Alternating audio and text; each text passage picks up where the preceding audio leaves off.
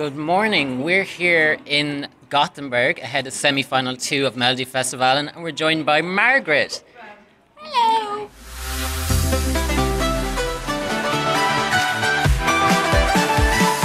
So the first question first, what everyone wants to know, because right now you haven't done your first rehearsal, so your song is still a complete mystery for everyone. So what can you tell us ahead of your rehearsal about My Cabana? Wow. I said it so many times. I that's such a cool track. I really love it, and it sticks to your mind, and it's kind of a curse, if you know what I mean. Like when you listen to a song, and then it keeps like listening in your mind, in your head. So that's a tricky one, but also I think that's a good thing. It's very important for Melodifestivalen. Exactly. So I'm really excited. I'm really happy. A little bit stressed out, of course. Of course. Of course. And I don't know. I said so many things to wiwibloggs already about that song. I just don't want to. So basically, repeat go and look myself. at her interview. Exactly. We'll put a link in the description for you. Here, and here. Yes. And here. So then, the song, you are doing it with the same team as Cool Me Down. Yeah.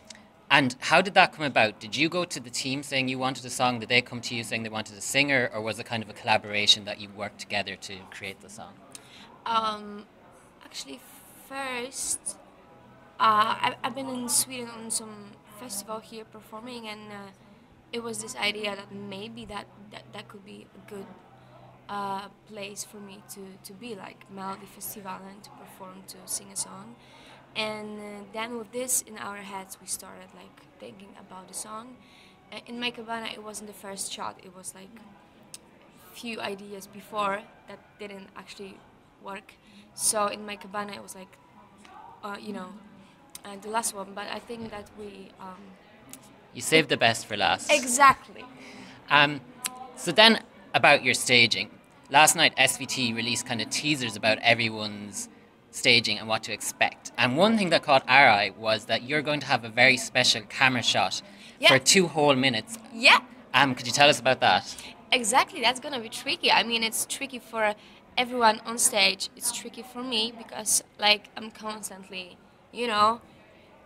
it's master shots, so it's going to be for 10 minutes. Wow, I would love to be 10 minutes on Melodifestivalen stage. For 2 minutes, all the time with the camera, so it's kind of tricky for me. It's tricky for cameraman because he's like, have to focusing on all the choreography and stuff, and for the dancers and stuff like that. And also I think that it's going to be very nice for the audience. I mean, TV audience mainly, because on stage it's going to be a little bit of a mess. But that's going to be interesting because it's a new thing, I guess. They've never done it, like that kind of long master shot here in Melodifestivalen. So, yeah, excited. So you're bringing something new. And then about My Cabana. Obviously it's going to get full release here in Sweden, but do you plan on releasing it at home in Poland as well? Yeah, of course. I mean, I plan to release it everywhere. Globally. Globally. And then, speaking of Poland, okay, I've got a little kind of hypothetical situation for you. Okay. Because you said to Kevin that Melodifestivalen, your main goal is to get established in Sweden and to develop your name, that Eurovision isn't #1 on your list of priorities. Yeah. But there's rumours going around in Poland that Mikko Spak is considering entering the Polish selection.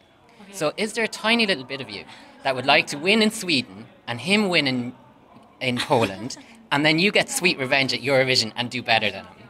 No, I mean, what does that mean, sweet revenge? I mean, we know each other. Well, in the nicest possible way. I know, but we know each other, and I really think, I mean, he's such a good artist, he's such a good singer, and I really think that he deserves everything he gets, so not that way. And also, I'm not thinking like winning Swedish Melodifestivalen. I mean, come on. I mean, I know some words in Swedish, but hell, I cannot speak that language because it's just so hard. Not because I don't want it. Well, you speak English very well, so most of us can't speak a second language. So then, we've talked about Eurovision and your singing career, and everybody on our website knows all about your singing career.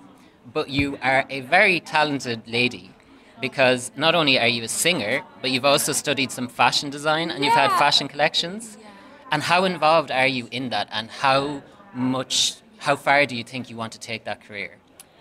With fashion. Mm. Well, right now I'm focusing on music, and also like music always been my first love. Okay. So I'm not gonna give up on that. That's for sure. But also I think that fashion needs music a lot. Like on stage, it's so important to just not just sing and not just the music, but also the way it looks and the way I look. So when it comes to outfits, I'm like super picky, and I'm like super like I don't want this. I want this. I want this. No, we have to do it better. So yeah, I mean, I do fashion on stage. So we're expecting something fabulous then for your outfit on Saturday. Yeah, I have actually 3 outfits. We still didn't decide. I mean, I decided myself in my head. Yeah. But I'm still giving a second shot. Like, okay, we will see. Just to But keep the I record already people know happy. it. So yeah.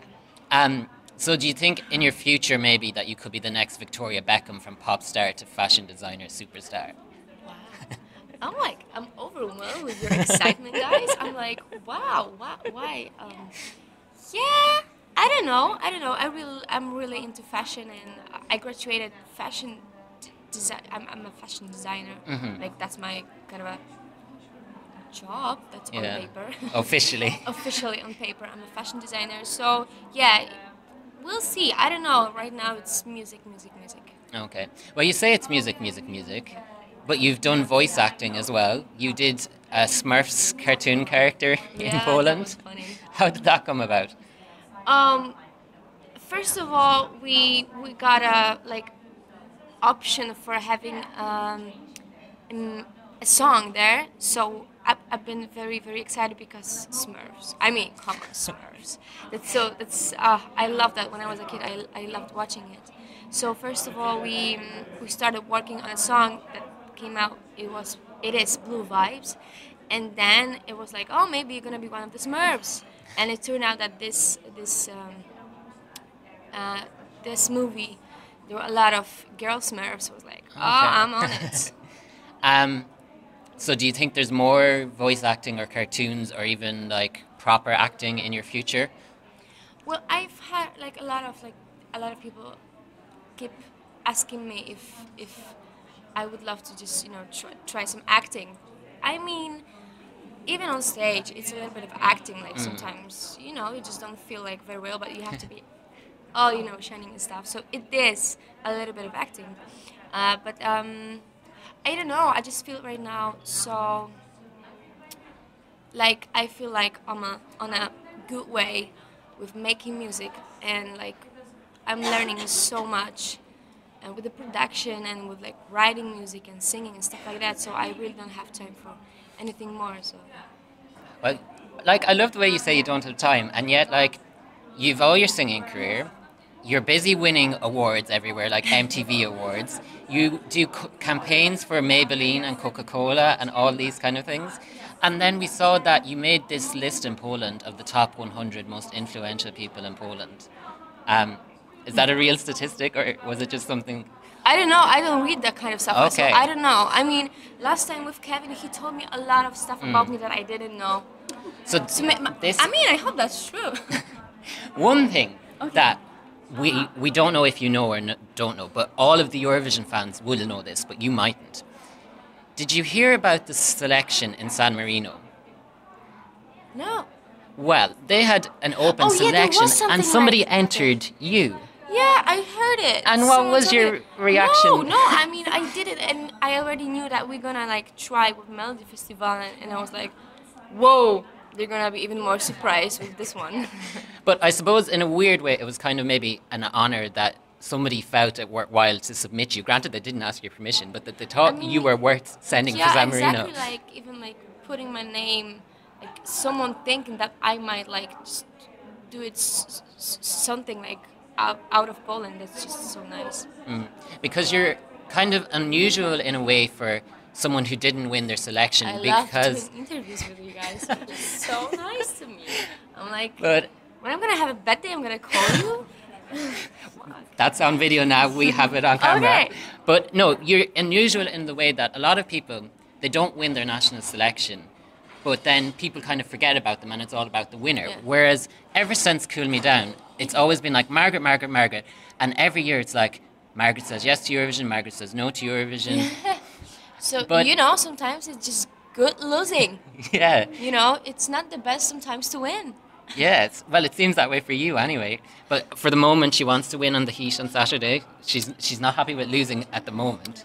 No. No, And also not happy with winning. I mean, I really... the final would be very I'm nice. so far away from the concept of winning and losing. It's just, you know, like recently I'm just trying to think of music and singing and everything. Well, you to came get second better. in Poland, so if you could come second in Sweden and have just as much success, it would probably be Yeah, very. wow, that would be perfect. So then I think, just to wrap it up, since most of our fans are big Eurovision fans, is Eurovision in your future at all, do you think, right now? Okay, so the truth about Eurovision and me is, I think that Eurovision in some countries like Sweden, it's on a really, really good level. And when you think about that, it's great to be there. But in some countries, it's not. And then again, I don't want to be involved in that kind of a thing because, well, I want to just love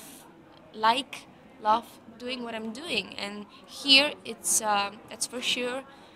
No matter if I'm gonna go to final, go home, or whatever, I just enjoy being here because it's so good. It's so well prepared, and like when it comes to show, you have so many rehearsals that you can focus, and I feel so safe. I didn't feel safe in Poland when I was doing selection for Eurovision because it's just it's different. And do you think maybe that if they were to invite you and they were like, Margaret, we'd like you to do Eurovision, there's not going to be selection, you're the artist, would that be a difference? Would you give that more consideration, do you think?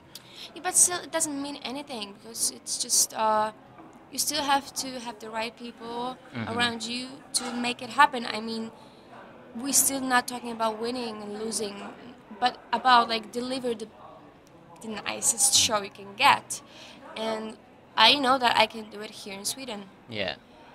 And I'm not sure if I can do it like in other countries. I don't know. It's basically kind of a lot of things have to align and match and fall And into place. exactly, and you have to. I mean, and also it's about like having history. Yeah. I mean, they do it every year, and they just know how to do it, and that's why I feel so safe. Yeah. Well, like, that's great that you feel so safe with Melodifestivalen, so maybe we might see you again in the future and you could be a regular. But I think, just so our readers aren't heartbroken, your answer for Eurovision, Melodifestivalen is like a definite maybe if you do well, if it's not Yeah. disastrous, and I don't think it's disastrous. Judging by what you've said to us, it sounds like it's going to be great fun. And then we'll say that Eurovision, never say never, Never say never. but not right now. I mean, it just depends on so many things. Yeah. It's not that. It's not a black and white situation. Yeah. So I think we'll leave it on that note. Okay. And just, if you have anything that you want to say to all the wiwibloggs readers, maybe the ones who are in Sweden who couldn't vote for you, and then the ones internationally as well. Guys, I need to say something. It's very important to me because I felt such in support from you guys. I mean, from wiwibloggs and so in the comments, and I'm really, really grateful. Thank you so much.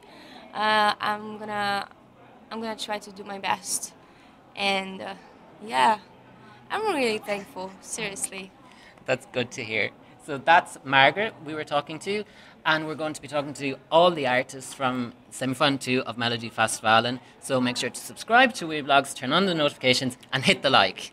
And we'll see you later. Bye!